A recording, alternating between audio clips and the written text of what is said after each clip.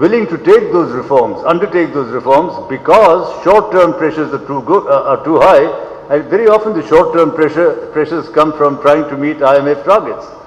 Because, as I said, much of the period has been spent under IMF programs. So it's either that or it's political pressures, but we haven't got around to medium and longer-term reforms. And I'll stop this subject on that note, that as we go forward, the short term and the medium and the longer term have to be addressed harmoniously. I think that's what Mr. Tareen said, that it is the intention to go forward that way. So returning to my subject, so foreign currency debt.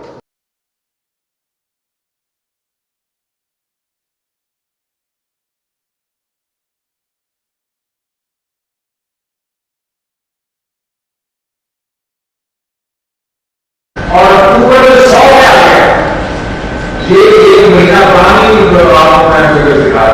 Research جو ہے machinery ہوتی ہے کاروبار ہوتا ہے وہ number تھا وہ 870 ملین اب 4 یہ 8.9 ٹریلین کا جو ہے اور $8 ملین ہے 51% کا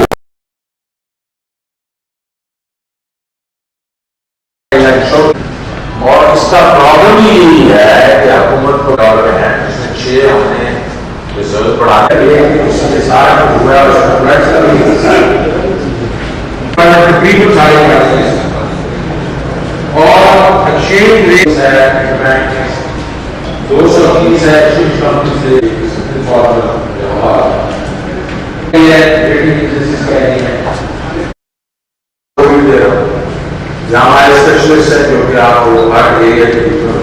He must hit the ground running اور اس کے بیچ میں ہم وہ پلاننگ شروع کر چکے ہیں.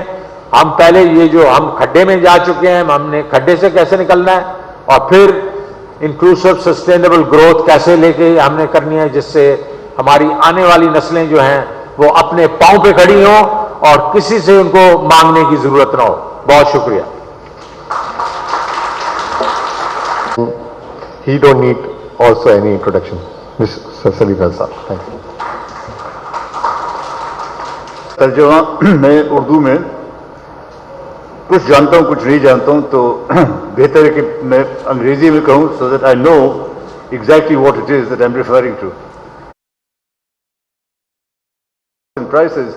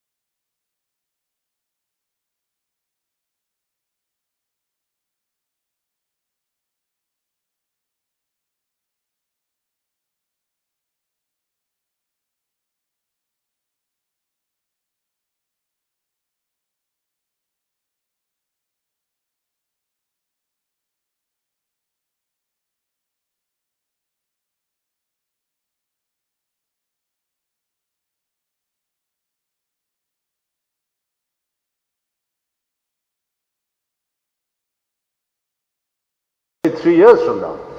That's what the approach should be. It's also unfair to look at one particular creditor to support you, because effectively you're asking him to subsidize the people whose debt you are not restructuring. So you transfer the burden from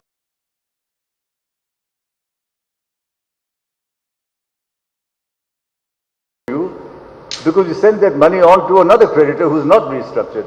So it's fair that we look at involve everyone, and it's reasonable that we think of one substantial restructuring, not little piecemeal restructuring. So, you know, that was the issue on external debt. If we don't, I'm sure they are thinking about it in Islamabad, but if it's not well launched in the next couple of months. By the way, after after the G20, after the suspension, this debt servicing suspensive initiative, the DSSI, after it finished last year, the G20 came up with another program. It's called the Common Framework for Debt Treatment, anticipating the problems emerging markets are going to have for all the reasons that I mentioned.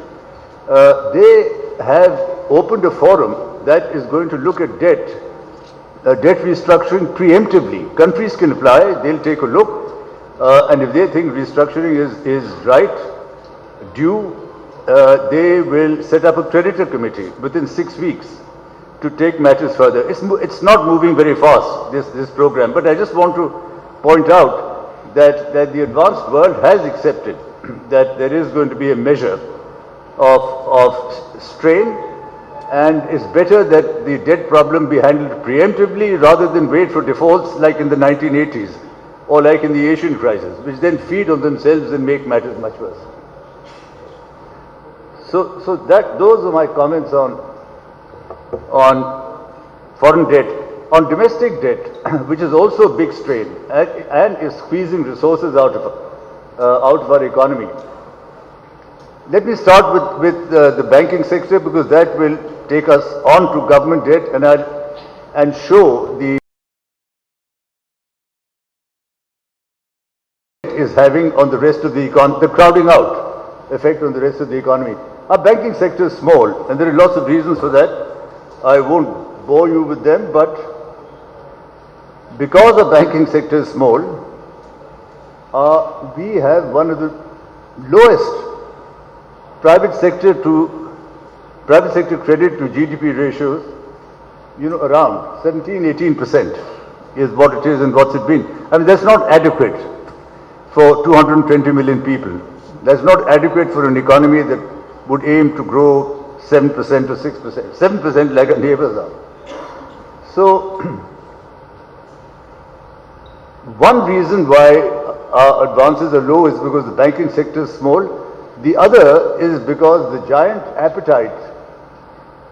This is what's happened to advances to deposits of banks.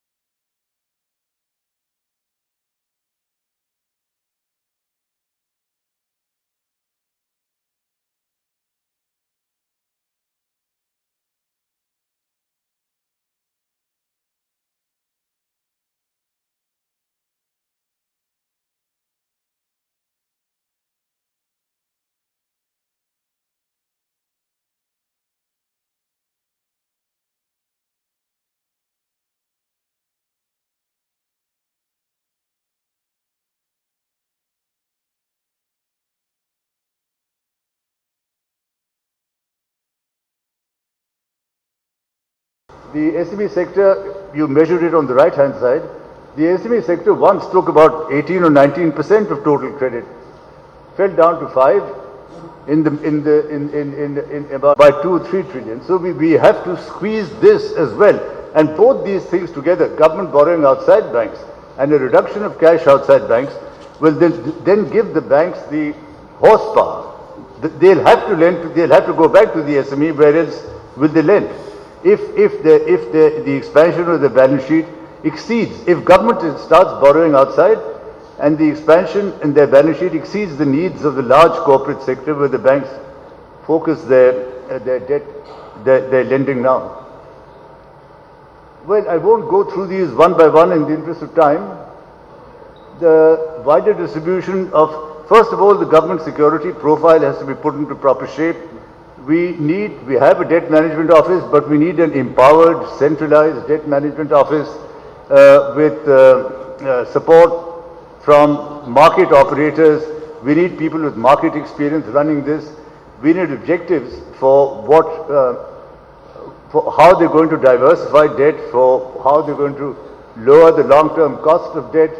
And we need very badly to create a yield curve. Now, I don't want to go into detail, but a yield curve simply means the government borrowing at 3, 5, 7-year maturities in such quantities that trading in those government securities, because the government is borrowing so much in those categories, instead of borrowing 30 and 90-day treasury bills, because it's borrowing so much, people will invest in that paper, trade in that paper. What you'll get is a liquid market, and that the rate that 3-year paper trades at then is fixed.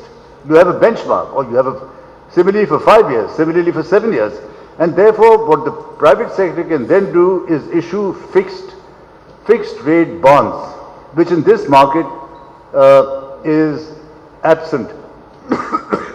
Our private sector shouldn't be, our big companies shouldn't be borrowing from banks. It's cheaper to borrow from the bond markets. In America, the bond market is about 4 times the size of corporate debt of banks. But our bond market is barely developed, and one of the biggest reasons for that is the absence of this yield curve. Anyway, those are the responsibilities of the debt manager. We expand mutual funds, add non-banks and stock exchange custody and clearing institutions, add them to your primary distributor list. So your primary distributors are not just 6 big banks, but a lot of market players. So you widen your distribution pool, introduce a digital web for retail investors. You know, banks give you whatever they pay you on your savings account, they earn 1.5–2% more on treasury bills. So why can't a small savings investor buy the treasury bill himself? And if you have a digital web portal, then anyone with 10,000, 20,000, 30,000 rupees can go and buy a treasury bill or buy a bit of a treasury bill. Treasury bills should also be fragmented once retail investors come in a big way. Greater access of foreign investors, not today, today we may not be attractive, but it can all change in a year and a half. Use global clearing systems, increase trading on the stock exchange itself, identify new assets for sukuk issues. The reason our sukuk issue is muted is because the government's had problems identifying assets. They exist. They usually need some clearing up on title, etc., which should be done, and then we should consider asset-light sukuks. For example, commodity financing. Asset-light means it's not a building, it's not a railway track, but it's a crop, which will disappear in 6 months' time. However, the crop produces cash flow. So you can do a lot of short-term financing for sukuks if you can get the right framework to issue asset-light sukuks. Tax is, I won't talk about it, let's take it for granted, we need to make these tax efficient. Reduce high level of central bank SMOs, OMOs and open market operations. These are injections that I'm referring to that the State Bank carries out. The State Bank buys treasury bills from banks, gives them fresh money, gives them money, with which, now the old treasury bill is a repo. So the bill they bought hasn't been sold to them, it's been repoed. So it's still owned by the bank. Now with the money you've given the bank, you sell them a fresh government treasury bill. That money government's account into the ministry. This is government by the State Bank indirectly as opposed to directly, primarily. But it's gone up a trillion. It's 25% of our deposits. 60% of our loans. It's far too much. So the first success with more treasury bills should be to run this SMO figure down from 5.2 really under 1 over a long period of time, 1-2 trillion in the short term. Only taken, again in the interest of time, I've only taken one strategy for one of the most important reasons people hold, there's an informal market where, that is not unrecorded market where cash is obviously the way to trade, not through bank accounts, that gets you into the recorded market. But they're also important, the other important reason people hold cash is the transactional need. 96% of our transactions, our retail transactions are still cash. And this is, it's very significantly higher than anywhere else. So, if we can get, we've got about 3.5 million vendors of all types, from supermarkets to small karyana stores. If we can persuade all of them to work on a QR code basis, then the buyer doesn't need to hold cash. Then if he gets his salary, he puts it into a bank account, he doesn't keep it at home. I'm talking about people earning 60, 70, 40,000 rupees a month. And all that cash then transfers to the banking system. Collectively, that would be a huge amount. Exemption of duties on digitization of fees, digitization of government revenue and government receipts and payment. This is already, the system has been prepared. I don't know the reason for the delay. It was sitting with the AGPR, the Accountant General, Pakistan Revenues. But the system is ready to work between the State Bank and the government. The technology has been established and all the banks. It's just up to the government to give its green light. Now this will deal with a lot, this will eliminate a lot of the cash if the government receives and pays digitally, because a lot of government payments are still in cash. CDNS, digitized CDNS, this is the National Savings Schemes. So foreign debt, domestic debt, getting the banks, enabling the banks to lend more through reducing the role of government and banks' balance sheet. This is the last slide I had. Development finance, as you saw, lending to the SMEs is only 6% of private sector lending by banks, and agriculture is the same, it's about 6%. Now, these sectors are the biggest employers in the country. They have the most potential to grow, and they are really, by and large, on the fringes of formal finance. So we need to get institutions that focus on them. If you look at the largest countries in Asia, the largest economies, you look at Japan, you look at South Korea, China, India, in their development stage, they built the middle of the economy through public sector development banks. Now they don't have to be public sector, but in their case they were public sector, who devoted to these things that I've put SMEs agriculture. And by the way, it's not just money, it's also advisory services. It's also helping them build supply chains. It's also to agriculture supplying machinery, leasing tractors to them, or supplying them with cold chains and supplying them with warehousing. That's what these development banks do. Now, how can we suddenly create a big development banking sector? We have let the development banks we have die. So speaking IDBP, there was Bankers Equity, NDFC, RDFC, Housing Bank. They've all sort of fallen by the wayside. So how do we today get a full-blown development banking sector? Do we force our banks to do it? Do we go India's way and impose directed lending rules so that 40% of bank lending is in these sectors? Not the ideal way to go about it. So I'm not sure how we do this. Just some thoughts. We can convert our provincial banks.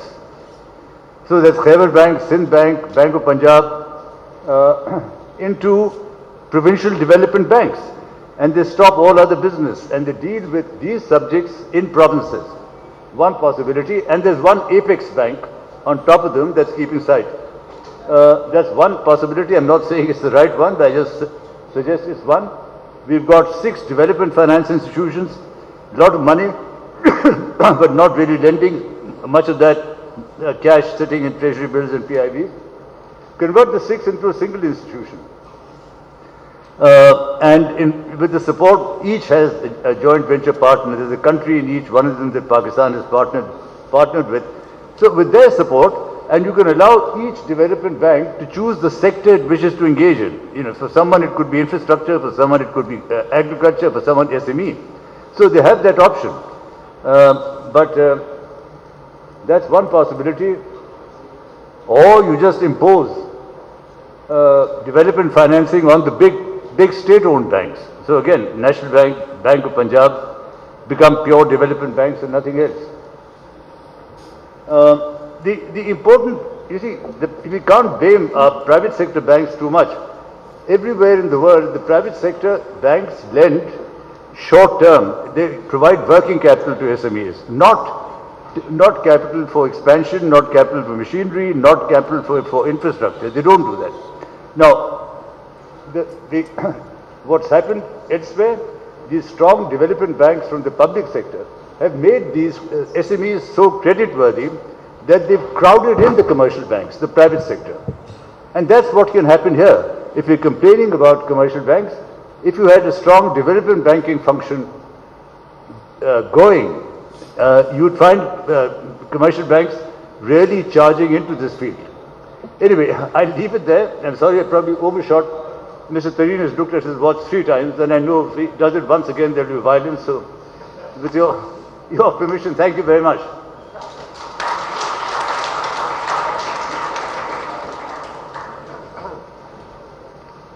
Thank you very much, Salim Raza Saab. In the interest of time, we are already behind 15 minutes, so I'm going to quickly invite Mr. Asif Qureshi. He is the co-founder and CEO of Optimus Capital. So, and he has 26 years of experience. He is a financial market guru, and he'll be talking on energy. Asif Qureshi Saab. Thank you. You have to again. Sorry. Yes, assalamu alaikum everyone. Since I have just about 10 minutes to complete this presentation, I'll try to be as quick as possible. This is one slide which sort of summarizes the crushing weight that the economy is facing because of the energy sector.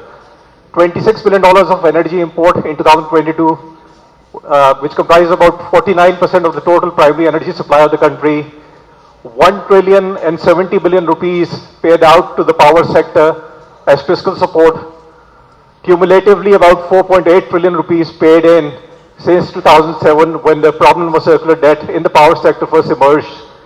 2.3 trillion outstanding power sector circular debt, about 720 billion rupees of gas sector circular debt, 25 billion units of electricity which are lost in T&D, about 300 MMCFD of natural gas which is wasted as UFG.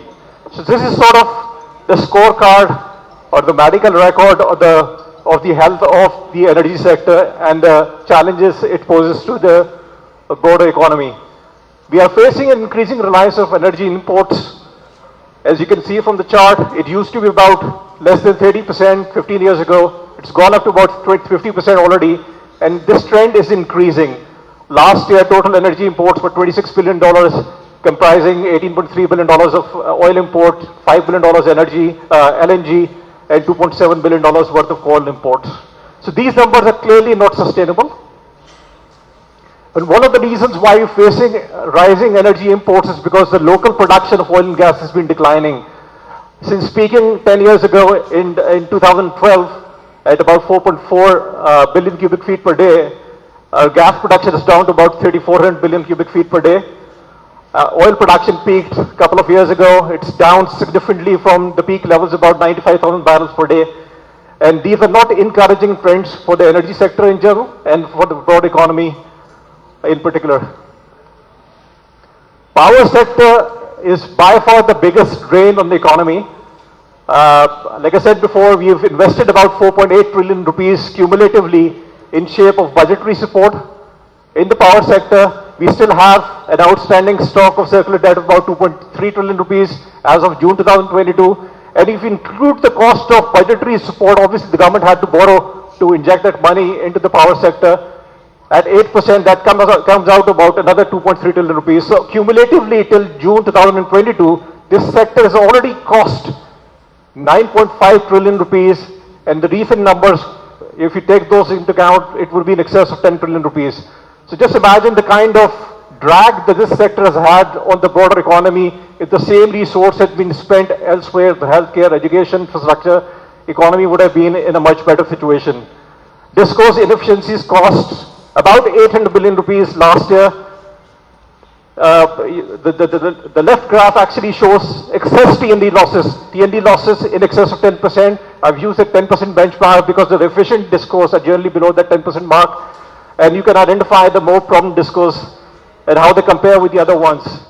So 10.6 billion units of excess T&D losses that we faced last year. If you multiply that by the average cost of generation for last year, that works out to about 170 billion rupees. Another 230 billion rupees lost in shape of under collection of billing. So whatever amounts that you're billing, you're not getting 100% payments from the customers. So collectively, 400 billion rupees lost there. Obviously, everybody's been complaining about the rising cost of power generation. And if you look at the trend in the initial years, over the last 10 years or so, we faced the problem of rising capacity payments. But in 2022, the trend actually changed because of the shooting up of international energy prices. The energy component of tariff has gone up dramatically. So certain things which you can control, but the other factors which are beyond the control of any government. And you know, it's not just a situation which is unique to Pakistan. All the developing countries, even the developed countries, are facing a similar situation of rising cost of power generation. When we have this absurdly cheap gas in Pakistan, and which is actually encouraging its wasteful or rewarding wasteful consumption across all sectors of the economy. The biggest waste has actually been the residential sector, and that is actually reflected in the graph on the right hand side. If you work out the average cooking load of the economy, the amount of gas that you require, so per household that would be about 35 cubic feet. So you multiply by that by about 11.5 million subscribers, that works out about 450 million cubic feet per day. But the domestic sector is actually getting, during the summer months, about 650 million cubic feet per day. There's a lot of households which are leaving their gas geysers running because the gas is so cheap. So we have to, so there's about 200 MCFD, billion cubic feet of gas that we are supplying on top of the basic requirement of cooking for every household. That's a huge number in terms of the economic waste that we are facing there. Then we have these, you know, varied tariffs across different sectors. We have general industry tariff in the south of about $4.7 per million BTU. Export industry in the south is getting 3.7. Export industry in Punjab is getting $9. Imported RLNG, its cost in its tariff in the last month was about $13.4. So you have to benchmark the cost, the tariffs that we have for different categories versus its substitute, which is the imported LNG. So you can see by the difference between the bars as they compare with the RLNG bar, how much subsidy is being provided to these sectors. And these are not sustainable numbers. Energy infrastructure requires huge investment for modernizing it.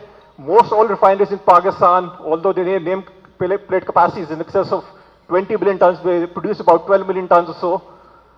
They're based on old technology, which is hydroskimming, which results in production of large amounts of low distillates, for example, furnace oil. In case of Pakistan, it's about 20-odd%. So we end up with a surplus furnace oil because it's being substituted in the power sector by cheaper sources of power generation. Then we have 70% of oil transportation taking place by road, which is not just a safety risk, but a lot of fuel is actually consumed in transporting fuel. So that's a waste as well. And in case of Karachi, we even we supply water to households using oil tankers as well, water tankers as well. So a lot of diesel is actually consumed in supplying water to households as well. Port infrastructure for oil import requires upgradation. Oil piers are not really in the best of health. We can't bring in large oil carriers because we don't have, our ports are not equipped to handle them, and those carriers will have much lower transportation costs. We don't have land-based LNG terminals, which we need, land-based storage for LNG, and that is the reason why we face these problems of certain shortages and surpluses in certain months of the year when it comes to LNG. We don't have, although we've been talking about it for the last 30, 40 years, no strategic petroleum reserves, which the country desperately needs. So those were the sort of a summary of the problems. We just proposed a 5-pronged strategy for restoring the viability or sustainability of the energy sector: restructuring, rationalization, indigenization, privatization, and electrification. So I'll take them on one by one very quickly. Restructuring of legal, regulatory, and governance. In fact, the entire institutional framework of the energy sector, which has not worked for the last 30 years, needs to be overhauled entirely. We have 2 divisions, petroleum division, power division within the Ministry of Energy, but virtually they're operating as 2 independent competing ministries. Power Ministry is complaining to the petroleum division that you're not supplying it enough quantities of LNG. Petroleum division is complaining to the power sector, you're not lifting furnace oil, so the refineries are shutting down. So they're always fighting, writing letters to each other, and not working in coordination as a single ministry. So they need to be merged together, assimilated, integrated with one minister, one secretary of petroleum. Unification of regulators likewise is needed. Right now, I don't think that these regulators talk to each other, very frequently or at all. We need to appoint regulatory board members. Right now, we have provincial representatives. We need to replace them with functional roles, people who are qualified in the respective areas in technical, finance and other related fields relating to energy to be appointed on those board members. As board members, market-based compensation for all staff, capacity building across the board, along the entire institutional chain. Overarching national energy policy, rather than having these bits and pieces of different policies for each individual segment of the energy chain, which don't hang together as one policy. We need one national energy policy, which should be overarching, and then we have these subcomponents. We need to have a roadmap for deregulation as well. National rationalization of energy prices, I've labored that point before. We require a major immediate increase in natural gas prices if the sector has to remain solvent. There are massive amounts of receivables which are building up in the gas sector, which are affecting your exploration activities as well. Unified framework of pricing so that all energy substitutes are actually priced based on their heating value while accounting for the pollution effect of different fuels by levying certain carbon taxes on those fuels. Then we need to remove cross subsidies. One category of consumer is subsidizing the other category. That needs to be removed. The government must have direct or targeted subsidies in place. We require comparative industrial tariffs so that a lot of the load which has shifted or which could potentially come back to the grid must be brought back. So a lot of this captive generation, if the industries are offered reliable and comparative electricity supply, this load will come back to the grid. Then we need to reduce the capacity purchase price, the CPP curve of the power sector by flattening out the biggest component of capacity payments, which is the debt servicing component. So we need to extend the debt tenors of these power debts. About 45% of total capacity payment actually is actually from the public sector, especially these large nuclear power plants and hydropower plants. So the charity begins at home. So the government must start by reprofiling its own public sector debts before it moves down to the private IPPs. The indigenization of energy, I don't think that this point could be overemphasized. In the oil and gas sector, there are a lot of, in fact, there's one representative of Sui South here. I was talking to the MD. What they have done very wisely is that they've reached out to some of the E&P companies who have plugged some gas production because the field economics was not making sense, because as the field ages, you have more impurities in the field. The gas quality is no longer pipeline quality, and they need to invest a lot more just to ensure that energy can be supplied or put into the power system. So we need to enable production from existing non-producing gas fields by offering them lucrative prices or bilaterally negotiated rates. We need to encourage upstream activities, address the key issues, which is security, simplifying the approval process. There are a lot of red tape in getting the approvals from the government, and we need to offer better valid pricing, not just for conventional gas, but also for tight gas. Likewise, we need to expand the new frontier we formed in shape of thermal coal, use thermal coal for substitution of imported coal by blending it in existing power plants and existing cement plants, carry out feasibility of using that coal for gasification purposes. Then we have massive, you're already aware of this, hydroelectric potential, wind potential, and solar energy potential. So this is the next, obviously, prioritization, in my view, is a must for efficiency and investment. Two factors which are the biggest contributor to circular debt are higher T&D losses, excessive T&D losses of distribution companies, and under collection of billing, which account for about 400 billion a year. As per IEA, we require nearly twice as much investment in the T&D sector of the next 10 years than we did in the last 10 years. So all these things, operational efficiency improvements, massive investment which is required in the T&D sector, cannot be done while these companies stay in the public sector. So we need to privatize them, bring in financially sound investors, and ensure that they are supported by strong operators. And I have presented here as a chart. A lot of people talk about, what will privatization do or bring it to efficiency of these companies. K Electric is a case in point. Over the last 10-15 years, they have brought down, since privatization, their T&D losses from about 35% to just 15% this last year. This is the last slide, electrification of energy use. As they say, the new cliche is electricity is the new oil. So the conventional boundaries of different fuels being used, petrol being used only for transportation, gas being used for space heating, for water heating, a lot of these boundaries are now getting blurred, and there is the convergence of energy use taking place with a more prominent role of electricity. 20 years ago, we would make tea on a gas stove, warm up food on gas stove as well, but we do that using microwaves and electric kettles now. So then we need to consider electrification public transport. China in Shenzhen city was the first one to have 100% electric public transport in terms of buses and taxis. Then solarization of tube wells. This can resolve Quetta electricity supply company's problem as well. 75% of electricity sold in Balochistan is actually going into tube wells because the water levels are declining by the year.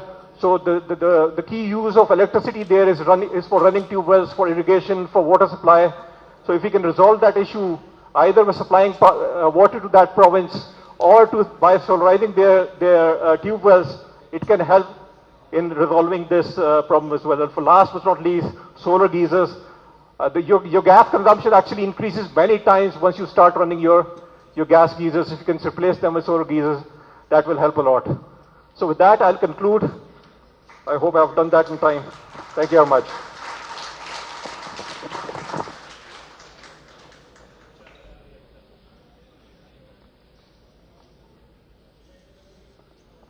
Electricity is the new oil. Thank you very much, Asif Qureshi. Now we have participants. They are going to join us from the Zoom link. Mr. Jamshed from PTI, and he's going to talk on agriculture. So, Mr. Jamshed, you're ready to speak now.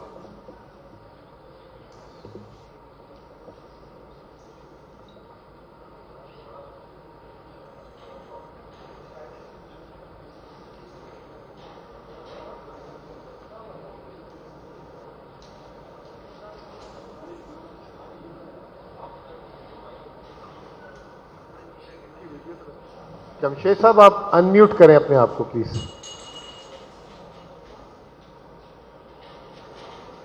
Jamshed साहब. رہی آواز؟ Can you hear me? Hello? Can you hear me now? Hello? Hello? Hello? Can you hear me now? Hello? Hello?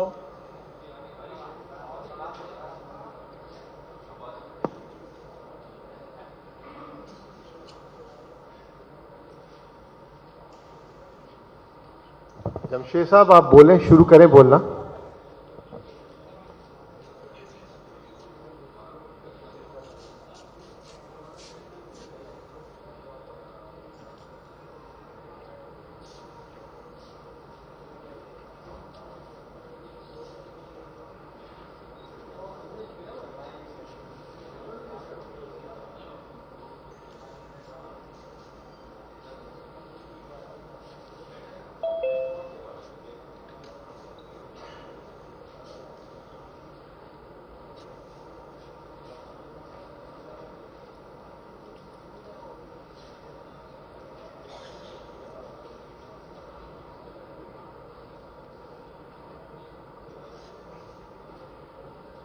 Jamshed صاحب آپ ان mute کر دیں اپنے آپ کو، آپ کی آواز ہمیں نہیں آ رہی. ان میوٹ کریں اپنے آپ کو. جی hello hello hello can you hear me? جی آ رہی. Can you hear me? Hello جی جمشید صاحب آپ بات کریں شروع پلیز. جی میں کہہ رہا تھا کہ اس میں یو کین سے کہ اس میں پاورٹی ایلیویشن کے لیے بڑا میجر رول ہے اس کا. اور چوتھی چیز جو ہے کہ یہ فوڈ فیڈ اینڈ فائبر. جی نیکسٹ.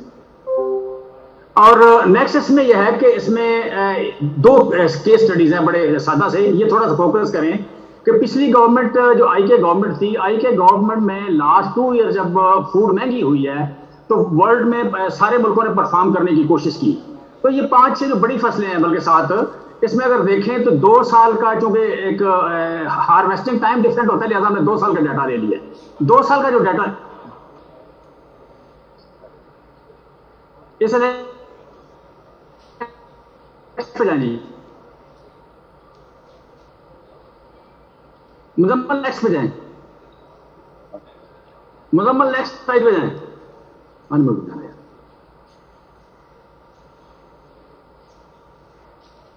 جی اس کو یہ اگر دیکھیں کہ اس میں 2 سال کے ڈیٹا میں جو ورلڈ کی گروتھ ہے وہ آپ اور پاکستان کی گروتھ، تو تمام فصلوں میں کوئی 5, 7, 8, 9 گروتھ ہمارے ہاں زیادہ ہے. یہ کیس اسٹڈی ہے کہ یہ جو اسٹیگنٹ گروتھ تھی پاکستان میں زراعت کی کئی سال رہی، لیکن یہاں آپ دیکھیں تو 2 سال میں آپ یو کین سے کہ آپ بالکل معجزے کر سکتے ہیں اور ہم نے کیے ہیں. جی نیکسٹ کر دیں.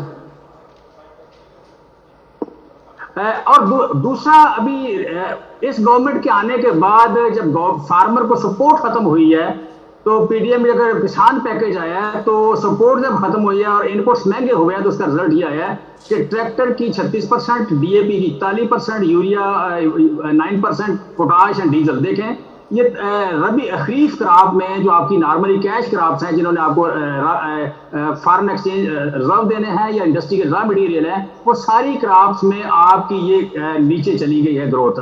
آپ کہہ لیں کہ پروڈکشن ایک ہی سال میں یا 6 مہینے کے اندر اندر جو ورلڈ میں زیادہ گروتھ کر رہی تھی اس کی نسبت ساری کی ساری ریورس ہو گئی ہے. اس میں یوز ریورس ہوا ہے.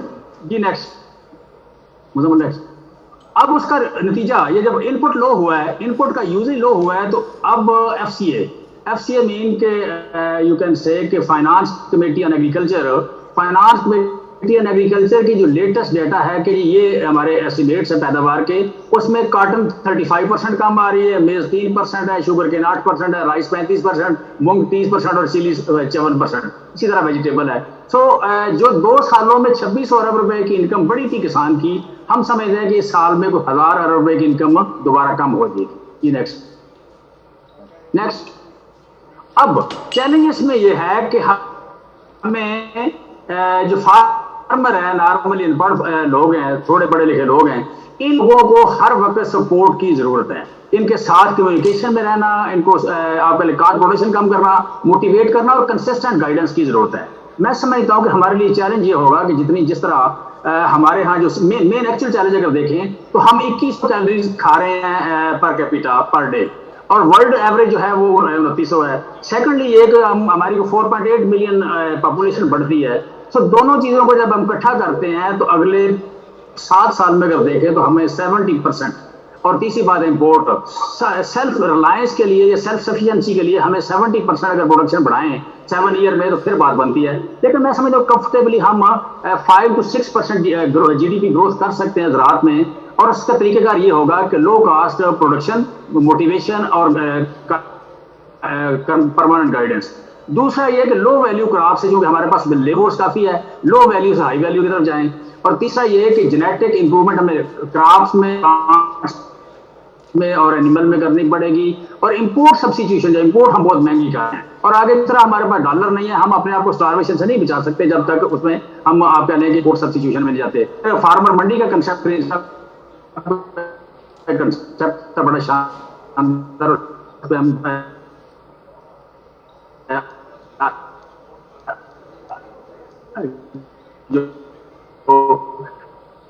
وزیر اعظم کا پلان تھا اس کا ویدر لمبا ہے، آلموسٹ 8 مہینے کا ہے.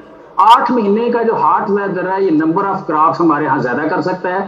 اور جن کراپس کو ٹھنڈ زیادہ چاہیے وہ کراپس ہمارے ہاں پیداوار تھوڑی دیتی ہیں. گندم ہے یا آلو ہے، یہ پیداوار تھوڑی دیتے ہیں، اسپیشلی گندم ایک ہمارا ویک اور ٹیبل فوڈ یہ ہے. سو ہمیں ڈائٹری ریکوائرمنٹ جب ہم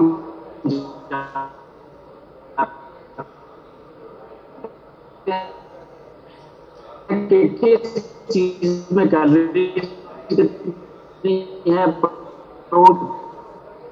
پروٹین کتنے اور فیٹ کتنے ہیں، تو ڈائٹری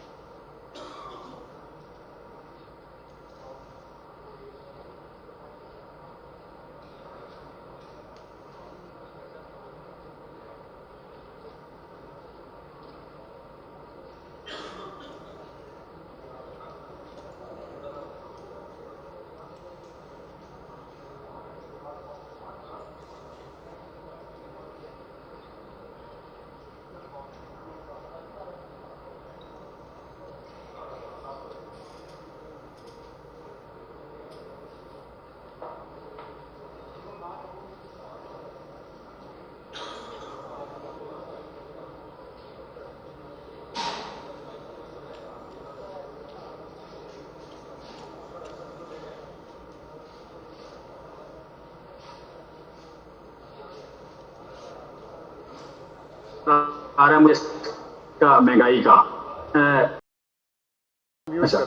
تو مہنگائی کا جو نظر آئی ایم ریئلی سوری، ان کو میوٹ کر دیں. اب میں جو ہے we have a next speaker mister Asfar Ahsan and he is going to talk on investment climate overall. تو اسفر، اوور ٹو یو.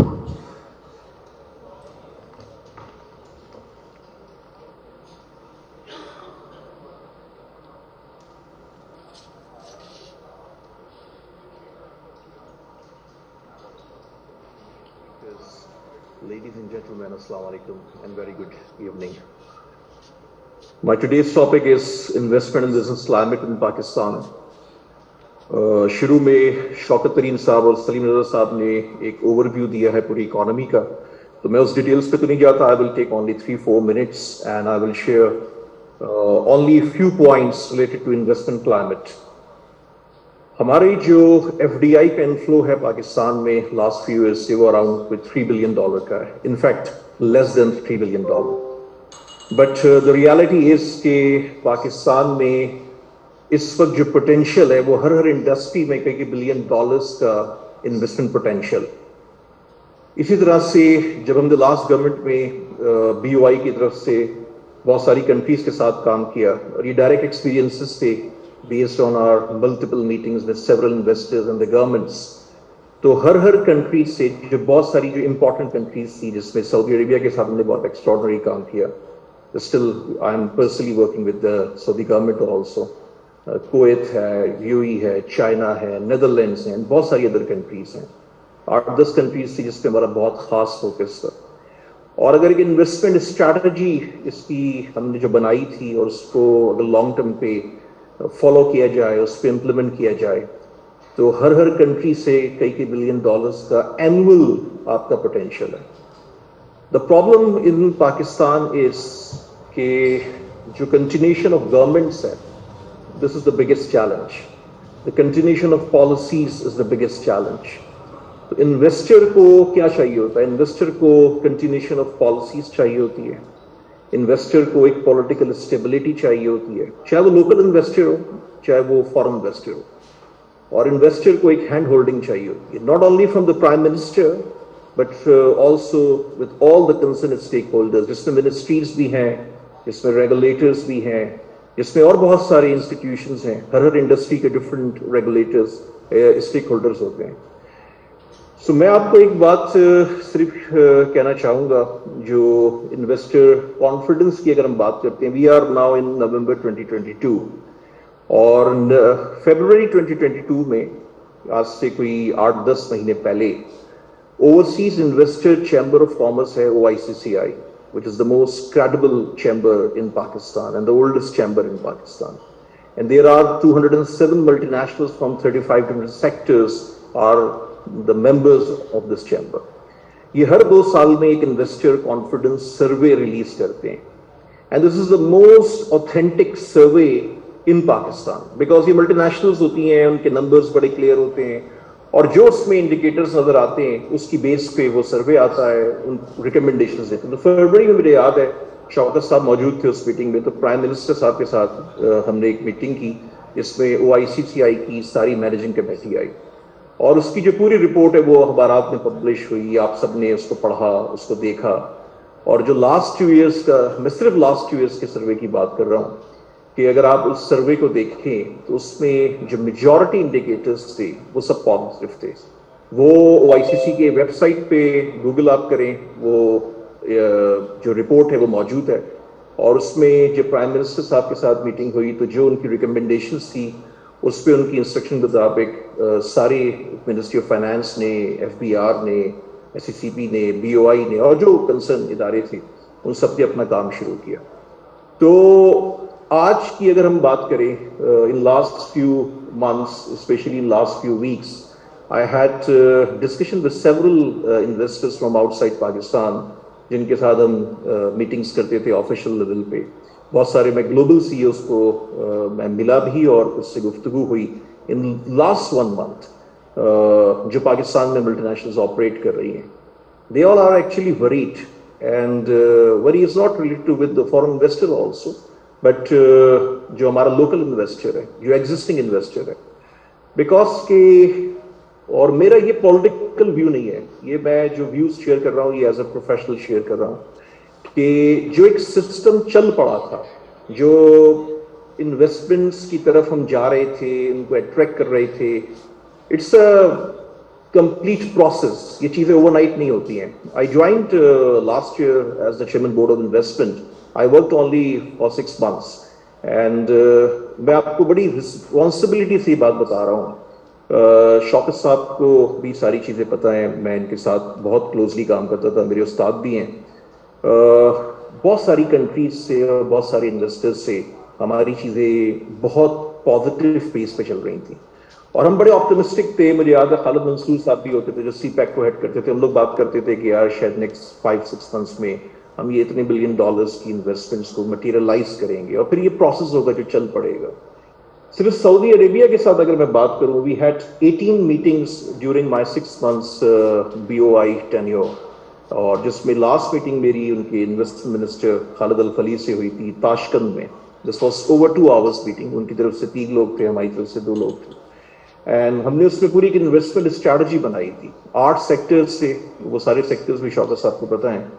और उन सेक्टर्स में हम बहुत सारे प्रोजेक्ट्स उनको दे रहे थे, बहुत सारे प्रोजेक्ट्स पे हम काम कर रहे थे. कुछ G2G थे, कुछ G2B थे, कुछ B2B थे. और जो हमें पोटेंशियल नजर आता है उस पर मेरा एक आर्टिकल भी आया है. अगर आप बिजनेस रिकॉर्डर में 24 अक्टूबर अभी जो गुजरी है उस पर आर्टिकल देखें, मैंने पाकिस्तान की इन्वेस्टमेंट क्लाइमेट और उसमें एक सऊदीया की केस स्टडी दी है पूरी. और ये सारी एजम्पशंस बेस्ड नहीं है, सारे डायरेक्ट एक्सपीरियंसेस हैं, ऑब्जेक्टिव नंबर्स हैं, सारा कुछ है. तो ये एक पोटेंशियल हमारा था, हम इन तमाम चीज़ों को मटीरियलाइज कर रहे थे. And I had a meeting with the investment minister of Saudi Arabia 2 weeks back in Riyadh, and I had a meeting with the finance minister of Saudi Arabia also. So Saudi का जो investment minister है वो बहुत बड़ा पाकिस्तान का salesman कहता है अपने आप को. He is a very thorough gentleman. He was chairman of Aramco earlier, and बहुत सारी जो उसकी गुफ्तगू थी वो यही थी, जो continuation of policies और continuation of जो पूरा एक system चलता है. और उस पर इसका फेयर ये था कि कुछ इन्वेस्टर्स हैं जिनके साथ हमारी बात चल रही थी कि वो कुछ इंडिया की तरफ देख रहे हैं, बिकॉज के किसी लोकल इन्वेस्टर को या किसी फॉरेन इन्वेस्टर को जो चीज़ चाहिए वो एक क्लैरिटी चाहिए. आज डॉलर का रेट सेट नहीं है, हमें नहीं मालूम कि 6 महीने बाद डॉलर का रेट क्या होगा. मैं कराची में कुछ बिजनेसमैन को बैठा हुआ बात कर रहा था, ये डे बिफोर यस्टरडे की बात है, and all were industry captains. But overall sentiment is very negative. So my 3 or 4 points are: we need political stability in this country. Under current scenario, जिधर हम खड़े हैं इस वक्त November 22 है, I think आज 22, और next 3 to 4 months में, ideally अगर February, March में, we should go for the elections. And again, this is not a political statement. This is what I believe as a professional. I'm also doing business. I'm interacting with whole Pakistan, all the top CEOs, all the top business leaders in this country, all the major foreign investors outside Pakistan. What we need is free and fair elections in this country. Because मेरा एक बहुत fair assessment है, ये मेरी बड़ी critical evaluation है कि till August, September तक हम wait नहीं कर सकते, ये country wait नहीं कर सकती. तो सारे स्टेक होल्डर्स जो इस कंट्री के हैं, सारी पॉलिटिकल पार्टीज हैं, हमारी मिलिट्री लीडरशिप है, सबको एक पेज पर होना चाहिए और इस मुल्क के लिए होना चाहिए. पॉलिटिक्स को साइड पे रख के इस मुल्क के लिए आपको बैठना चाहिए कि फरवरी मार्च में आपको फ्री एंड फेयर इलेक्शंस कराने चाहिए. उसमें फिर जो भी गवर्नमेंट आती है उसको आप एक्सेप्ट करें, 5 साल का टाइम दें. ये जो 3-3 साल में आप गवर्नमेंट को हिला देते हैं ना, ये चीज़ कभी भी इन्वेस्टमेंट को सस्टेनेबल ग्रोथ की तरफ लेके नहीं जाएगी. और जो एक और पॉइंट है वो ये कि सारी चीज़ों को एक तरफ रख के जो इकोनॉमी है आपकी, जो ओवरऑल इन्वेस्टमेंट क्लाइमेट है, उसमें आपको जो कॉन्फिडेंस इन्वेस्टर को चाहिए, चाहे वो अगेन लोकल इन्वेस्टर हो चाहे वो फॉरेन इन्वेस्टर हो, उसके लिए आपको वो मेजर्स लेने, वो आपको इकदाम करने. पॉलिटिक्स आपकी होती रहेगी, पॉलिटिक्स आपकी चलती रहेगी, लेकिन खुदारा इसके लिए मेरा मौक़िफ़ ये है कि we should go for elections, free and fair elections. और उसके बाद जब तक ये सिलसिला 5 साल का फिर शुरू नहीं होता, ये इन्वेस्टमेंट में आपको बहुत तकलीफ से, बट अगेन बहुत रिस्पॉन्सिबिलिटी से बता रहा हूँ कि नेक्स्ट 7, 8, 9 मंथ्स आपको मेजर फॉरेन इन्वेस्टमेंट पाकिस्तान में नहीं देखेंगे. और जो लोकल इन्वेस्टर्स हैं जिनके प्रोजेक्ट्स चल रहे हैं वो चल रहे हैं, लेकिन न्यू इन्वेस्टमेंट्स, न्यू प्रोजेक्ट्स पे अगर आप देखें तो कोई बहुत काबिल ज़िक्र कोई चीज़ नज़र नहीं आती. लोग फेयर में हैं, लोग क्लैरिटी नहीं है, और जो ओवरऑल एनवायरनमेंट है, this is actually very alarming for the future of Pakistan. Pakistan के पास आज टाइम है, हम बड़ी बात करते हैं कि हमारी जियो स्ट्रैटेजिक लोकेशन है, हमारा बड़ा पोटेंशियल है, हर इंडस्ट्री में पोटेंशियल है, हर चीज़ में पोटेंशियल है, लेकिन आप यकीन जाने दुनिया जिस स्पीड पे चल रही है, हमारे पास आई थिंक ये कुछ साल हैं. अगर हमने अपना किबला काबा सही नहीं किया, अगर हमने एक सही स्ट्रैटेजिक डायरेक्शन पे काम नहीं किया, पाकिस्तान दुनिया से कॉम्पीट नहीं कर सकेगा. दुनिया में छोटी छोटी कंट्रीज में, उज़्बेकिस्तान गया हुआ था और बड़ी अच्छी हमारी रिलेशनशिप थी उज़्बेकिस्तान के साथ। हमारा उनके प्रेसिडेंट आए थे अपना पूरा डेलीगेशन लेके, फिर उसके बाद एक ऑफिशियल विजिट पे मैं भी गया था। मैं भी कुछ उज़्बेकिस्तान गवर्नमेंट के साथ काम कर रहा हूँ और हमारे बहुत सारे इन्वेस्टर्स वहाँ पे जा रहे हैं, मैं भी कुछ लोगों को फैसिलिटेट कर रहा हूँ। लेकिन जो एक छोटी सी कंट्री उज़्बेकिस्तान है, अगर आप उसकी इन्वेस्टमेंट स्ट्रैटेजी को अडॉप्ट करें, उसको स्टडी करें, जो लास्ट 3-4 ईयर्स में वहाँ पे चेंज आया है, जिस डायरेक्शन पे इस वक्त वो जा रहे हैं, जिस तरह से वो इन्वेस्टर्स की हैंड होल्डिंग करते हैं, हमें उन खतूत पे चलना होगा। और इसके लिए आपको एक डेमोक्रेटिक गवर्नमेंट चाहिए, एक स्ट्रॉन्ग गवर्नमेंट चाहिए, एक स्ट्रॉन्ग लीडरशिप चाहिए, कंटिन्यूशन ऑफ पॉलिसीज चाहिए, एक political stability in the country चाहिए। ये वो तमाम फैक्टर्स हैं जो इन्वेस्टर को कॉन्फिडेंस देते हैं। अदरवाइज लिप सर्विस से आप 6 महीने, 10 महीने, साल गुजार सकते हैं, उससे ज़्यादा आप काम नहीं कर सकते। बट हमें अगर आगे आने वाली जनरेशन्स के लिए देखना है, इस मुल्क का फ्यूचर देखना है, तो हमें इकोनॉमिक रोड मैप के लिए, इन्वेस्टमेंट स्ट्रैटेजीज के लिए एक पेज पर आना होगा और उसमें हमें पॉलिटिक्स को साइड पर रखना होगा। So this is my concluding remark, and I appreciate the organizers of this seminar for hosting this academic interaction, and I hope कि इसकी जो outcome आएगी और जो इसकी आप awareness create करेंगे, जो इस वक्त के decision makers हैं वो उसको consider करेंगे। पाकिस्तान जिंदाबाद।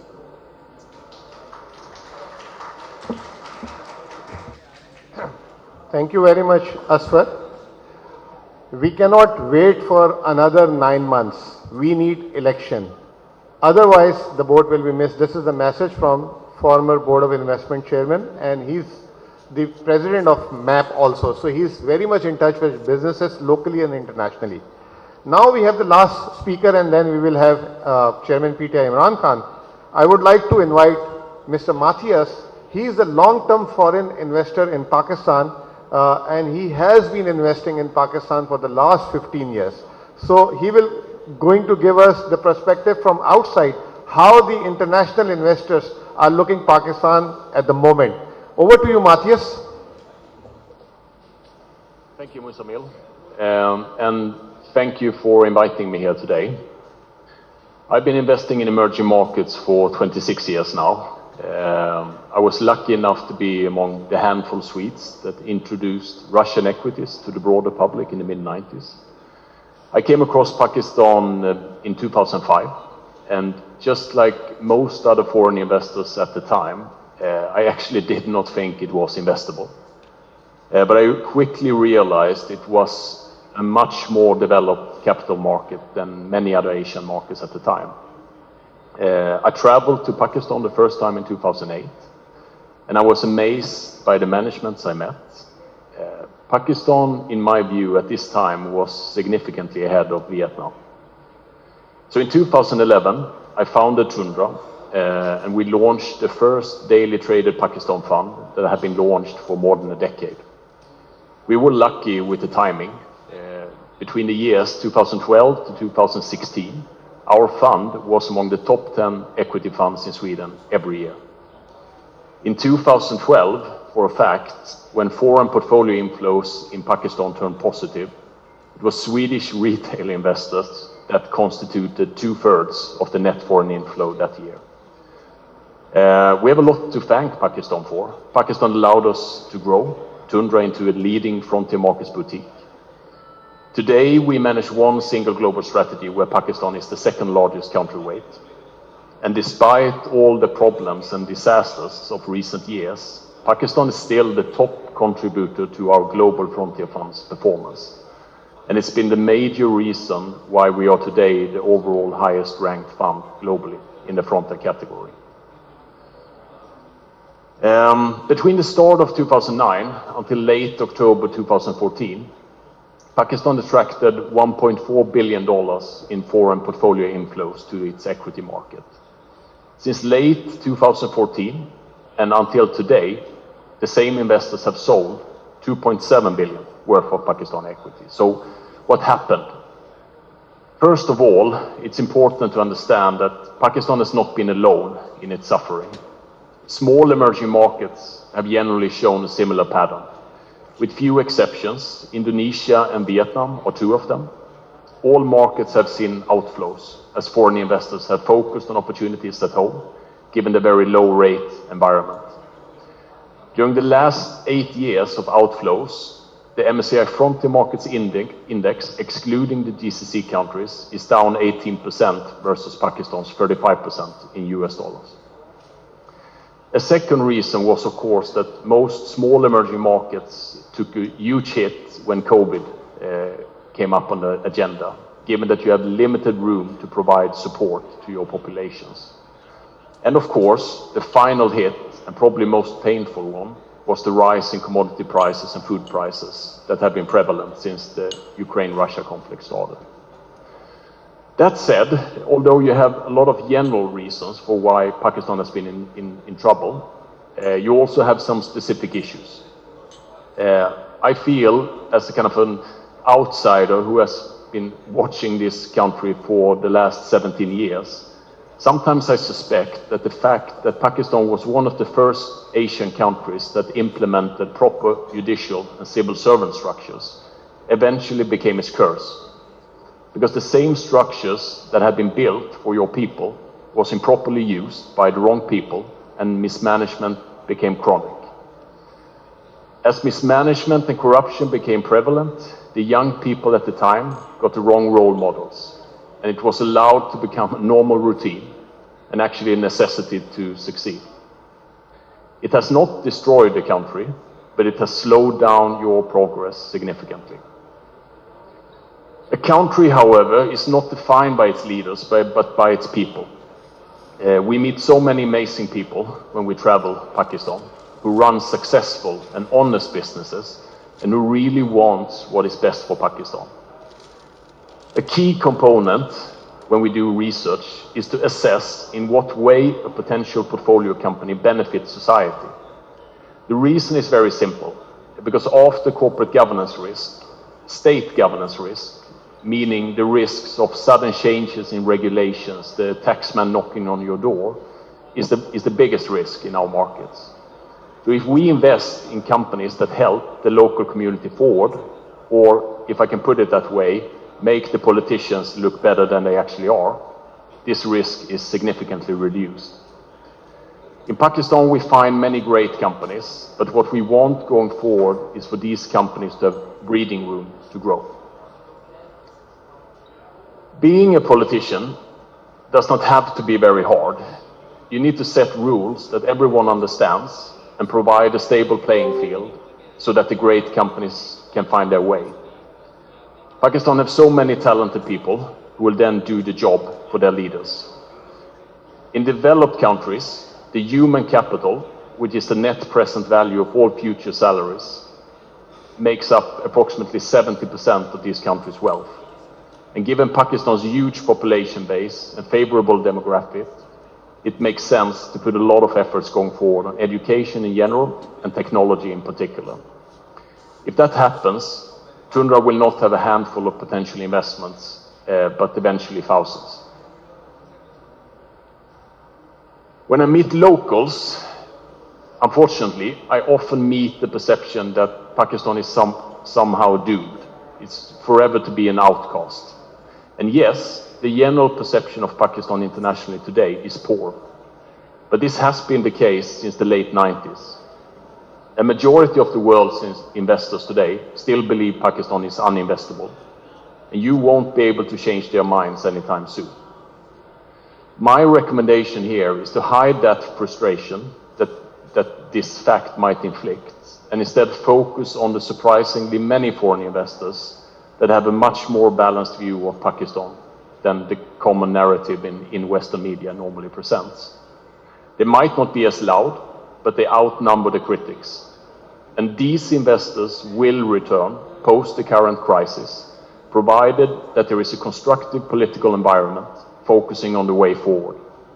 They will appreciate sensible economic policies you implement, but they will also be concerned if there are signs of confrontation. When we invest, we want to spend 80% of our time on the 20% most important parts. If Pakistan reaches $3,000 GDP per capita, you will create additional wealth for your country of $500 billion. I would say that that is significantly more than you can ever claw back from historical wrongdoings, and thus, it seems to me, is where you should spend 80% of your time going forward. As politicians, every single constructive measure you implement will take the country on one step forward towards a better scenario. So be patient. For someone who launched a fund management company which took a huge bet on Pakistan, you might believe I'm an optimist. In fact, I would say that I'm a very risk-averse and conservative investor.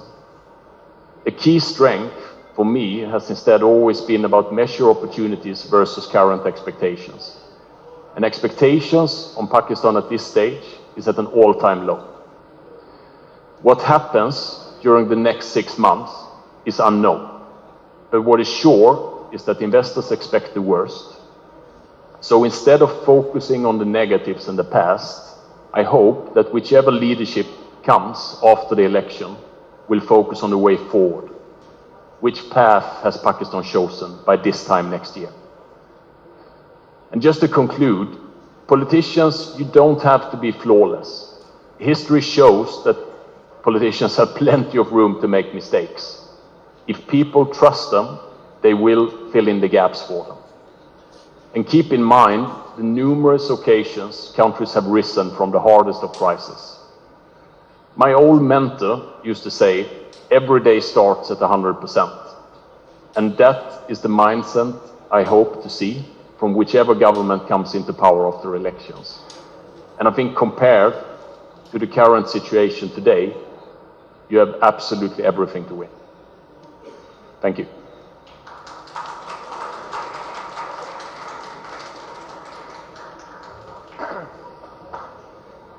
Thank you very much, Matthias, and thank you for your time. The punchline from Matthias is, next 6 months is unknown, and we have to make sure we should not waste time. My next panelist is none other than Chairman Pakistan PTI Imran Khan Sahab. Please give him a warm welcome before he addresses.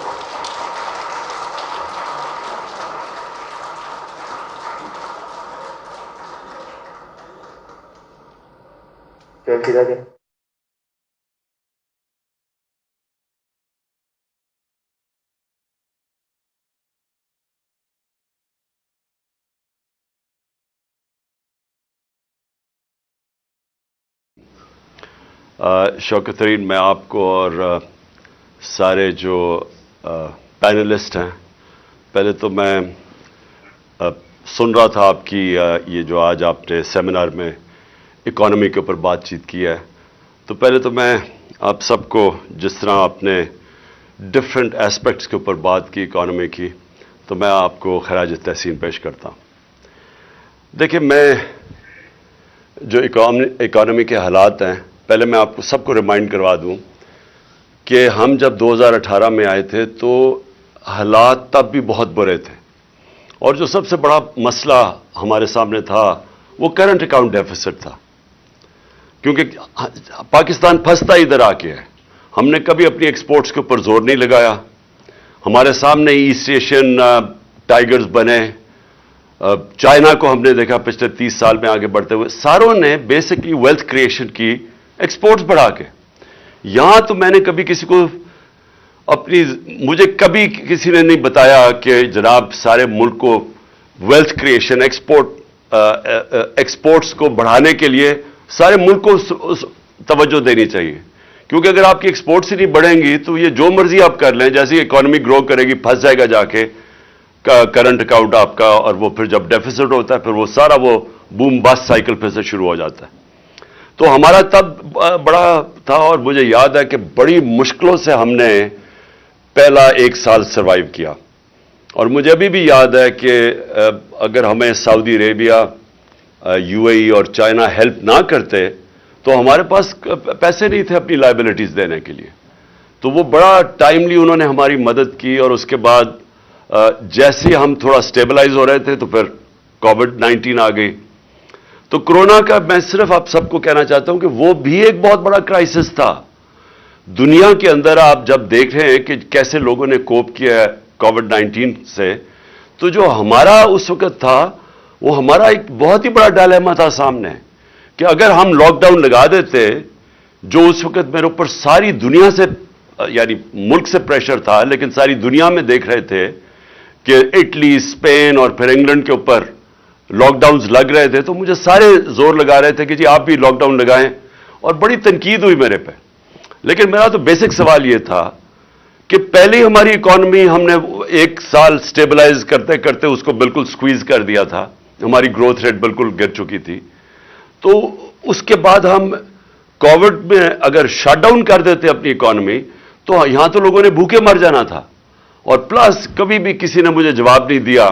میں سب سے پوچھتا تھا کہ دیہڑی دار کا کیا بنے گا جو پیسہ کما کے بچوں کو کھلاتا ہے, تو کسی کے پاس جواب نہیں تھا اس کا.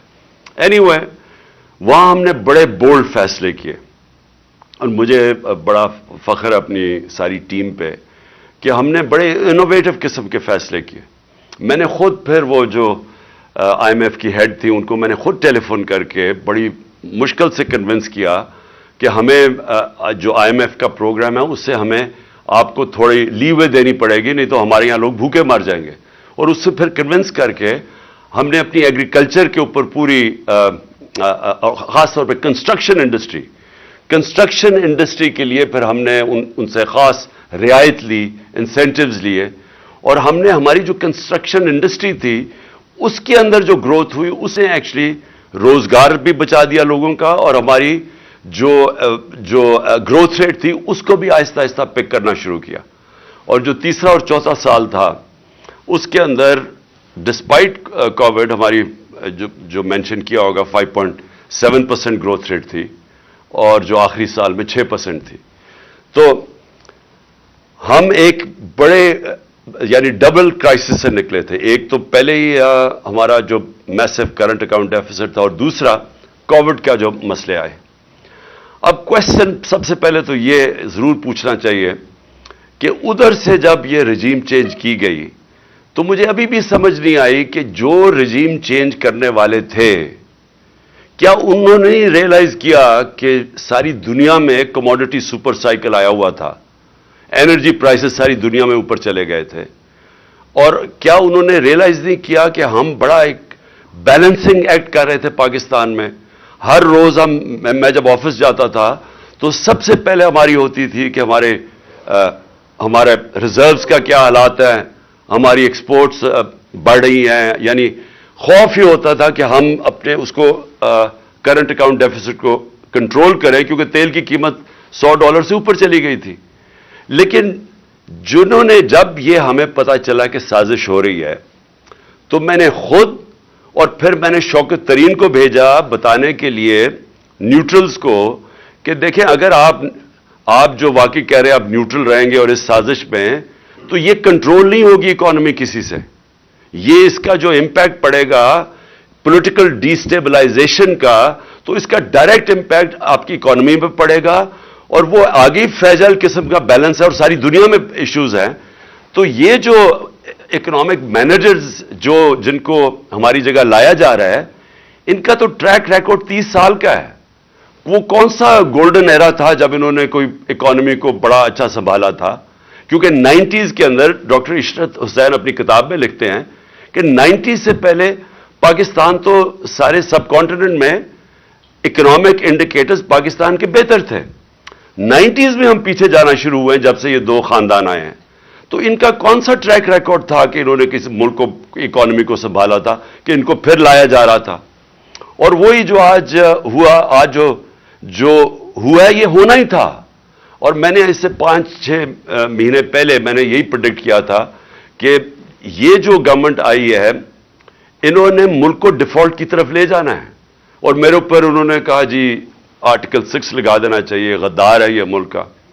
تو آج اب جدھر ہم کھڑے ہیں کوشچن تو اب یہ ہے کہ اسے نکلنا کیسے ہے.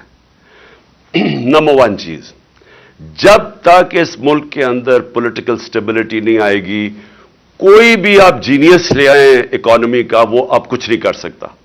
کیونکہ جو اکانومی ہے इकॉनमी डायरेक्टली सारी दुनिया के अंदर वो डिमांड करती है सर्टेनिटी. जब तक सर्टेनिटी नहीं होती, बिजनेसेस हम सब जानते हैं, और आप तो खैर मेरे से बेहतर जानते हैं इकोनॉमी जहां बैठे हुए हैं, तो वो जब तक एक इकोनॉमी के अंदर लोग प्रेडिक्ट नहीं कर सकते कि मैं आज अगर पैसा इन्वेस्ट करूंगा तो आगे अगले 6 महीने, 1 साल, 2 साल तक माहौल क्या होगा मुल्क का, लोग इन्वेस्ट नहीं करते. तो आज जिधर हम खड़े हैं, ये कौन आज प्रेडिक्ट कर सकता है कि 1 महीने के बाद क्या होगा पाकिस्तान में? किसी को भी नहीं पता. इसीलिए सारे जो बाहर की भी बिजनेस जो फाइनेंस कम्युनिटी है, वो भी उसका रिफ्लेक्ट कर रहा है. ये जो CDS पाकिस्तान का पहुंच गया 122 पे, वो रिफ्लेक्ट कर रहा है कि वो अब नहीं फील करते कि पाकिस्तान की इकोनॉमी अपनी लायबिलिटीज बीट कर सकती है. अंदर पहली गैलप की सर्वे है कि 88% बिजनेसमैन कहते हैं कि जो पाकिस्तान का डायरेक्शन है इकोनॉमी का, ये गवर्नमेंट का, वो गलत तरफ है. यानी उनका भी कॉन्फिडेंस नहीं है. तो कॉन्फिडेंस तो रिस्टोर करने में सिर्फ एक चीज है, और वो इलेक्शंस करवाना. और ये अब से नहीं, ये जब से हमारी गवर्नमेंट गई है, मैं तब से लगा हूं कहने कि आप जब तक इलेक्शन नहीं करवाएंगे, इस मुल्क में पॉलिटिकल स्टेबिलिटी नहीं आने लगी. और ये हमें कहना, सारे कह रहे हैं जी कि ये जो आप सारी मूवमेंट कर रहे हैं या पॉलिटिकल एक्टिविटी कर रहे हैं, ये कोई वापस पावर आने के लिए कर रहे हैं. पावर में तो हमने आना ही है इंशाल्लाह. वो तो आप जो हालात ये गवर्नमेंट ने कर दिया है, हमें तो इलेक्शन कैंपेन करने की भी जरूरत नहीं है. जो इस वक्त मुल्क का हाल है, और जो इकोनॉमी का हाल है, जो महंगाई का हाल है, और जो आज बिजनेस कम्युनिटी जो शायद समझती थी कि ये कुछ कर देंगे, वो सबको अब ये मुत्तफिक है कि गवर्नमेंट तो अब कुछ नहीं कर सकती. लेकिन और जितनी देर चलता जाएगा, हमारी पार्टी गेन कर रही है, और वो वाज़ेह है, चाहे बाय इलेक्शंस हो, चाहे ओपिनियन पोल्स हो. लेकिन मुझे जो खौफ आ रहा है कि ये पाकिस्तान को उधर ले जाएंगे जिधर ये सबके हाथ से बाहर निकल जाएगा. यानी ये उधर ना पहुंच जाए कि हमें उतनी पीछे धकेल दें कि जो भी गवर्नमेंट आएगी उसके लिए बहुत ही मुश्किल हो फिर ये सिचुएशन को कंट्रोल करना. तो मेरी number 1 free and fair elections, और ये जितनी जल्दी हो सके, ये हमारी रिवाइवल की बिगिनिंग वो होगी. यानी हम फिर से शुरू करेंगे अपने मुल्क को उठाने के लिए. वो होगा ही तब जबकि एक गवर्नमेंट आए, और गवर्नमेंट आए अच्छी अक्सरियत से. मुझे अगर किसी ने पूछा कि जी आप अगर फिर से आपको मौका मिलता 2018 में तो आप क्या करेंगे, तो विद हाइंडसाइट मैं कभी गवर्नमेंट ना लेता. क्योंकि एक तरफ इकोनॉमिक चैलेंजेस बड़े थे, दूसरी तरफ पाकिस्तान के अंदर रूल ऑफ लॉ नहीं है. तो कमजोर गवर्नमेंट के साथ तो ये आप कर ही नहीं सकते, रूल ऑफ लॉ ही नहीं स्टैब्लिश कर सकते. आप ये इकोनॉमिक चैलेंजेस फाइट कर ही नहीं सकते जब तक आपकी स्टेबल गवर्नमेंट ना हो. प्रेसिडेंशियल सिस्टम बिल्कुल मुख्तलिफ है, उसमें स्टेबिलिटी है. लेकिन पार्लियामेंट्री सिस्टम जिसके अंदर coalition government with a thin minority majority, उसके लिए तो बहुत ही मुश्किल है कि बड़े चैलेंजेस को कोप करने के लिए. तो मैं अगर फिर से होता, मैं फिर इलेक्शन करवा देता, मैं कभी गवर्नमेंट ना लेता. तो मैं अब समझता हूं कि एक गवर्नमेंट आए विद अ क्लियर मेजॉरिटी, और वो फिर सबसे पहले रूल ऑफ लॉ इंप्लीमेंट करे. मैं एक इकोनॉमी की अब बात कर रहा हूं. इकोनॉमी जो है, जो पाकिस्तान की इकोनॉमी के मसाइल हैं, वो रिलेटेड है रूल ऑफ लॉ से. जब तक रूल ऑफ लॉ नहीं होता, आपकी गवर्नेंस ठीक नहीं हो सकती. ये जो माफियाज बैठे हुए हैं पाकिस्तान में, हर जगह मुझे जो सबसे बड़ा प्रॉब्लम क्या है, माफियाज हैं. मैं FBR के अंदर शुरू में हम टेक्नोलॉजी लाना चाहते थे, हम कोशिश करते रहे कि वो टेक्नोलॉजी का इस्तेमाल करके हम अपनी टैक्स कलेक्शन बढ़ाएं. आप यकीन करें कि 1 साल तक हर वक्त वो सैबोटाज हो जाता था अंदर से. अंदर लोग बैठे हुए थे जो नहीं लाना चाहते थे, क्योंकि प्रेजेंट सिस्टम से इतना ज्यादा उसमें पिल्फरेज है, वो टेक्नोलॉजी नहीं आने देते थे. जब एंड में मुझे अफसोस ये है कि जब फाइनली हमने ये ब्रेक डाउन करके और हम पहुंच गए ट्रैक एंड ट्रेस सिस्टम पे, ये जो सेल्स टैक्स की इवेजन है वो बिलियंस और बिलियंस में है, वो हमने जब टेक्नोलॉजी वो ले आए, اور دوسرا پھر ہم نے یہ ڈیٹا بیس نادرا کے ڈیٹا بیس سے ٹیلی کر کے شوکت تری نے پتہ نہیں مینشن کیا یا نہیں, ہم نے آئیڈینٹیفائی کیے ٹیکس پیئرز جو کہ اچھے لائف سٹائل ان کا تھا لیکن زیرو ٹیکس دیتے تھے, وہ ہم نے بیس بڑھانے کے لیے ادھر ہم پہنچے تو انفارچونیٹلی تب ہماری گورنمنٹ گرا دی گئی. تو نمبر 1 چیز ہے کہ پاکستان میں ایک طاقتور government rule of law establish کرے. یہ جو مافیاز ہیں ہر جگہ, شوگر مافیا ہے, یہ سیمنٹ ہے, سب سے بڑا مافیا ریئل اسٹیٹ مافیا. آپ سوچ نہیں سکتے کہ ان کی اب اس وقت پاور کیا ہے. اور اب میں آپ کو مثال دیتا ہوں کہ ابھی جو ریسنٹلی ہوا ہے, ہم نے ایک ایل ڈی اے والے آئے میرے پاس, انہوں نے اس کے ڈی جی نے مجھے بتایا کہ 200 ارب روپے کی زمین بیچ دی گئی ہے, یا وہ دریا کے اندر تھی, ریور بیڈ میں تھی, یا وہ ایریگیشن کی, اور یا فارسٹ کی زمین, اور وہ بیچ کے پلاٹس بیچ کے پیسہ بھی باہر چلا گیا.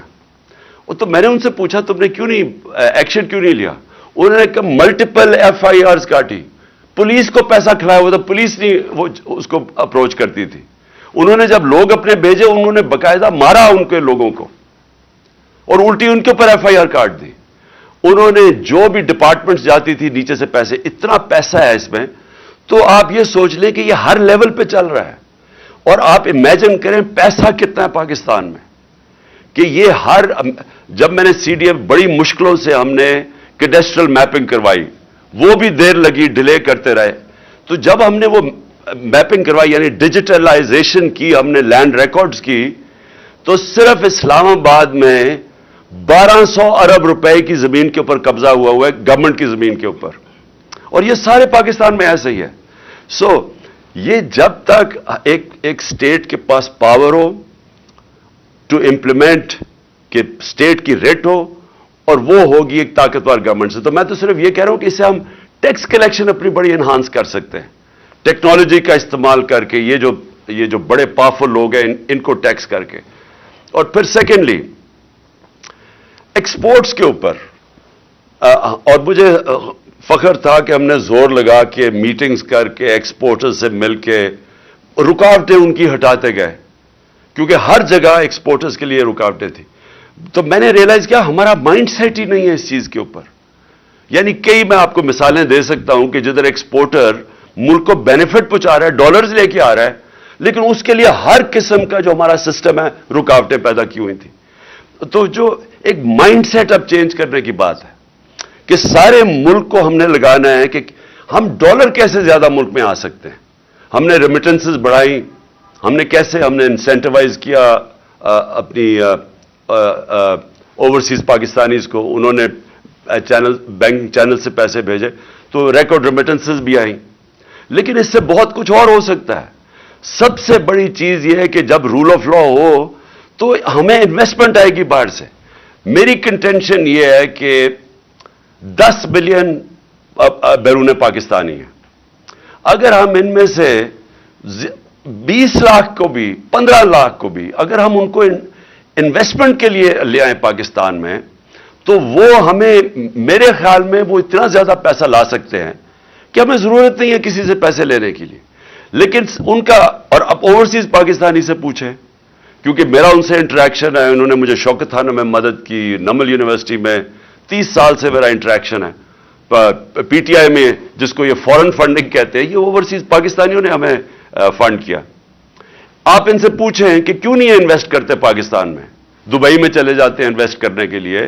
یہی پاکستانیز آپ دیکھیں گے ملیشیا بھی انویسٹ کرتے ہیں, پاکستان نہیں آتے. ایک وجہ ہے, کسی کو کانفیڈنس نہیں ہے کانٹریکٹ انفورسمنٹ پہ. ان کو یہ خوف ہے کہ ان کے ساتھ کوئی فراڈ ہوگا, اور ہوتے ہیں, زمین پہ ان کے قبضے ہو جاتے ہیں, پلاٹس پہ قبضے ہو جاتے ہیں. تو اگر آپ نے کوئی کاروبار شروع کرنا ہے, ان کو کانفیڈنس ہی نہیں ہے کہ یہاں ان کو پروٹیکشن ملے گی پاکستان کے انصاف کے نظام سے. میں اگر آپ کو سارا سم اپ کر دوں اینڈ میں, کہ دیکھیں جدھر یہ لے کے جا رہے ہیں پاکستان کو, مجھے افسوس سے کہنا پڑتا ہے کہ جو بھی اب گورنمنٹ آئے گی اس کو وہ سٹیپس لینے پڑیں گے جو ہم نے آج تک لیے نہیں ہیں. وہ اس کا بیسس ہوگا کہ ہم نے قانون کے نیچے قانون کی بالادستی قائم کرنی ہے. اور یہ نمبر 1 چیز ہوگی جو, اور یہ آسان نہیں ہوگا کیونکہ جو طاقتور ہے وہ آرام سے قانون کے نیچے نہیں آتا, لیکن اگر ہم نے یہ شروع کر دیا تو جیسے جیسے لوگوں کو کانفیڈنس ہوتا رہے گا پاکستان کے جسٹس سسٹم میں, تو یہاں انویسٹمنٹ کی کوئی کمی نہیں ہے, کیونکہ 22 کروڑ لوگ ایک بہت بڑی مارکیٹ ہوتی ہے.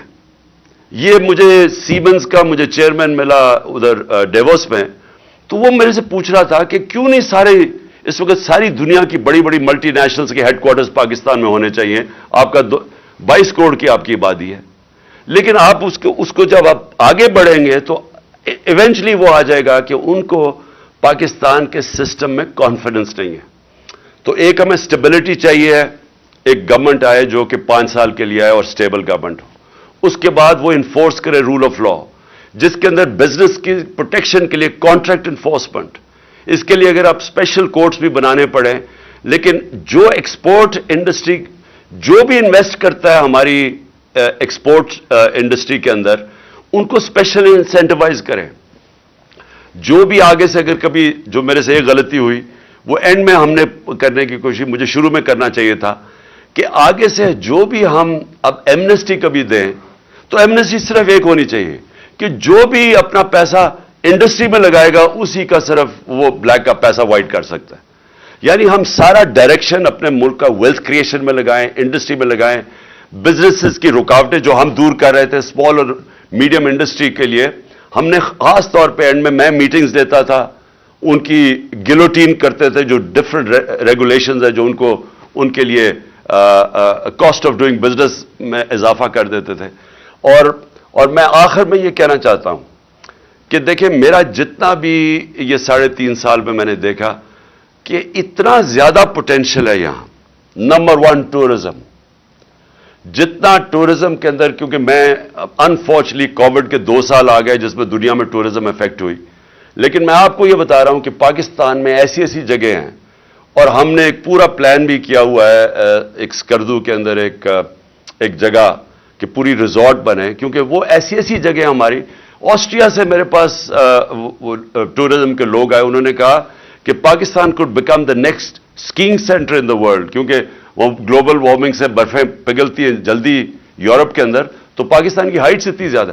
سو ٹورزم ایک ہے, ہر قسم کی ریلیجس ٹورزم ہے, وہ سارا ہمارا جو کوسٹ لائن ہے وہ ساری ورجن ٹیریٹری ہے, اور ماؤنٹن ٹورزم. اور تیسری چیز کہ پاکستان کے اندر جو ہم نے کبھی زور نہیں لگایا کنیکٹیوٹی کا, وہ ہم اینڈ میں کوشش کر رہے تھے.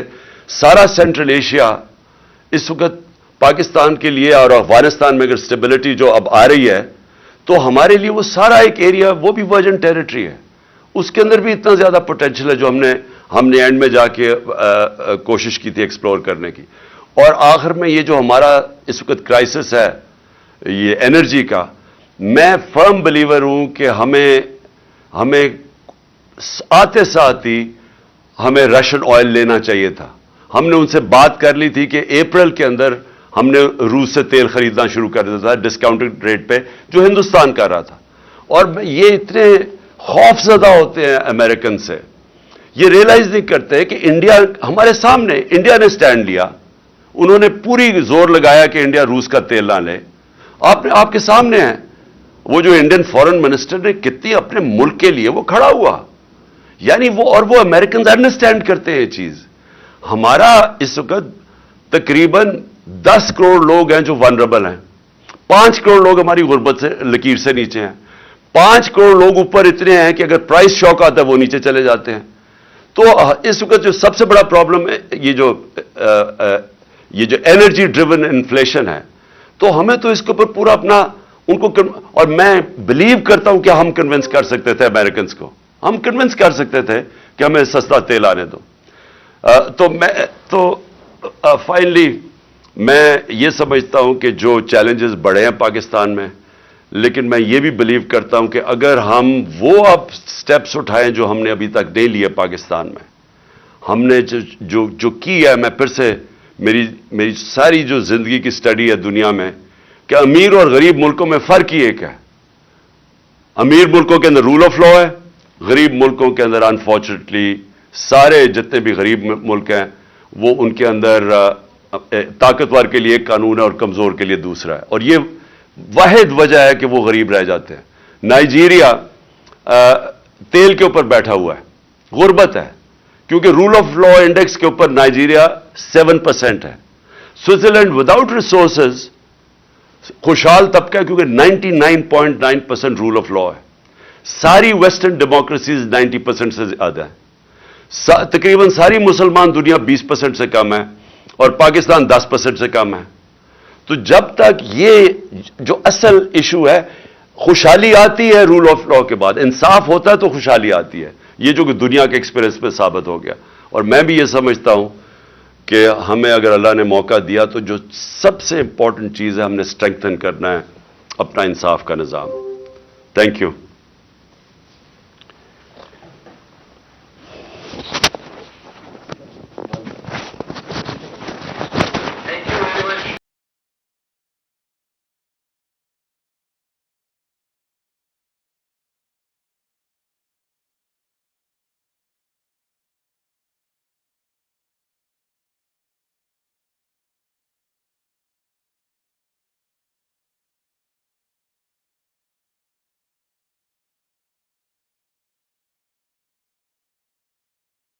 کے بعد آیا ہوا تھا، اور جو ہے ہماری حکومت اس سے فائٹ کر رہی تھی۔ اس وقت آپ نے رجیم چینج کر کے جو ہے نہ کموڈٹی سپر سائیکل کو آپ کر سکے اور نہ لوکلی چیزیں مینج کر سکے، لیکن چیئرمین نے ایک پیغام آپ ساروں کے لیے دے دیا ہے کہ جیسے ہی وہ آئیں گے پاکستان میں وہ فیصلے ہوں گے جو شاید پاکستان کو 75 سال پہلے کر دینے چاہیے۔ اس کے ساتھ بہت بہت شکریہ آپ سب کا یہاں آنے کا، اور اب ہماری چھوٹی سی ہائی ٹی ہے، وہاں پہ آپ نیٹ ورکنگ کریں اور جو ہے ہائی ٹی انجوائے کریں۔ Thank you very much.